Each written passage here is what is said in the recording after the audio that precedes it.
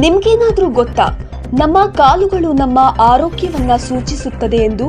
ಹೌದು, ನಮ್ಮ ಕಾಲುಗಳು ನಮ್ಮ ದೇಹದಲ್ಲಿ ಏನಾದ್ರೂ ಬದಲಾವಣೆ ಅಥವಾ ಏನಾದ್ರೂ ರೋಗ ಕಂಡು ಬಂದರೆ ಕಾಲು ಯಾವುದಾದರೂ ಒಂದು ಸೂಚನೆಯನ್ನ ನೀಡುವ ಮೂಲಕ ನಮ್ಮನ್ನ ಎಚ್ಚರಿಸುತ್ತದೆ. ಹಾಗಾದ್ರೆ ಯಾವೆಲ್ಲ ಸೂಚನೆಗಳು ಕಂಡು ಬಂದರೆ ಯಾವುದಕ್ಕೆ ಕಾರಣ? ಯಾವೆಲ್ಲ ಸೂಚನೆಗಳು ಕಂಡು ಬಂದರೆ ಯಾವುದೇ ಕಾರಣಕ್ಕೂ ನೆಗ್ಲೆಕ್ಟ್ ಮಾಡಬಾರದು ಹಾಗೂ ಕಾಲಿನಲ್ಲಿ ಕಂಡುಬರುವ ಬದಲಾವಣೆ ಯಾವುದರ ಸೂಚನೆ ಎಂದು ತಿಳಿದುಕೊಳ್ಳೋಣ ಬನ್ನಿ.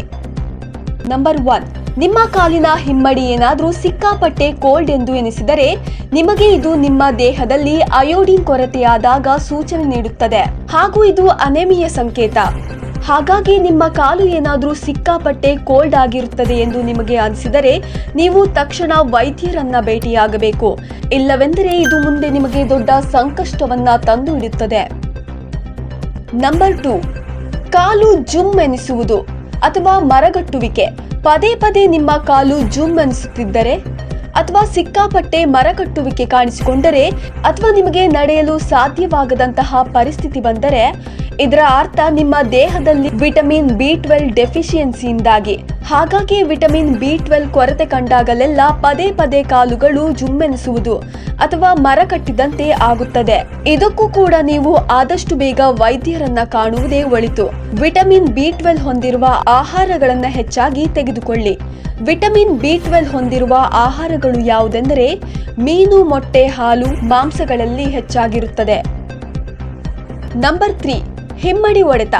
ನಿಮ್ಮ ಕಾಲಲ್ಲಿ ಹಿಮ್ಮಡಿ ಒಡೆದಿದೆ ಎಂದರೆ ಇದರ ಅರ್ಥ ನಿಮ್ಮ ದೇಹದಲ್ಲಿ ವಿಟಮಿನ್ B3 ಹಾಗೂ ಒಮೆಗಾ 3ಯ ಕೊರತೆ ಇದೆ ಎಂದು ಅರ್ಥ. ವಿಟಮಿನ್ B3 ನಿಮಗೆ ಸನ್ಫ್ಲವರ್ ಸೀಡ್, ಮಶ್ರೂಮ್, ಕಡಲೆ, ಮಾಂಸ, ಮೀನು, ಬ್ರೌನ್ ರೈಸ್ನಲ್ಲಿ ಹೆಚ್ಚಾಗಿ ಇರುತ್ತದೆ ಹಾಗೂ ಒಮೆಗಾ 3 ಹೇರಳವಾಗಿ ಸಮುದ್ರದ ಮೀನುಗಳಲ್ಲಿ ದೊರೆಯುತ್ತದೆ.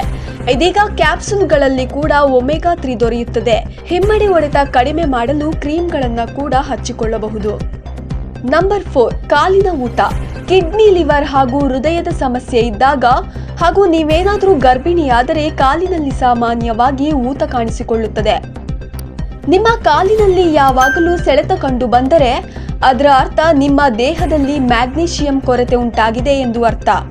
ಮ್ಯಾಗ್ನೀಷಿಯಂ ಇರುವ ಆಹಾರಗಳನ್ನು ಹೆಚ್ಚಾಗಿ ಸೇವಿಸಿ.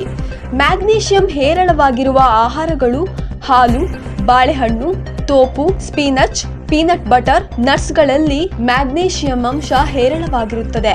ನಿಮ್ಗೇನಾದ್ರೂ ಇದರಲ್ಲಿ ಯಾವುದಾದರೂ ಒಂದು ಸೂಚನೆಗಳು ಕಂಡು ಬಂದರೆ ಅದು ಹೆಚ್ಚಾಗುವ ಮುಂಚೆ ಸರಿಯಾದ ಆಹಾರಗಳನ್ನ ಅಥವಾ ವೈದ್ಯರ ಸಲಹೆಯನ್ನ ಪಡೆದುಕೊಂಡು ಗುಣಪಡಿಸಿಕೊಳ್ಳಿ.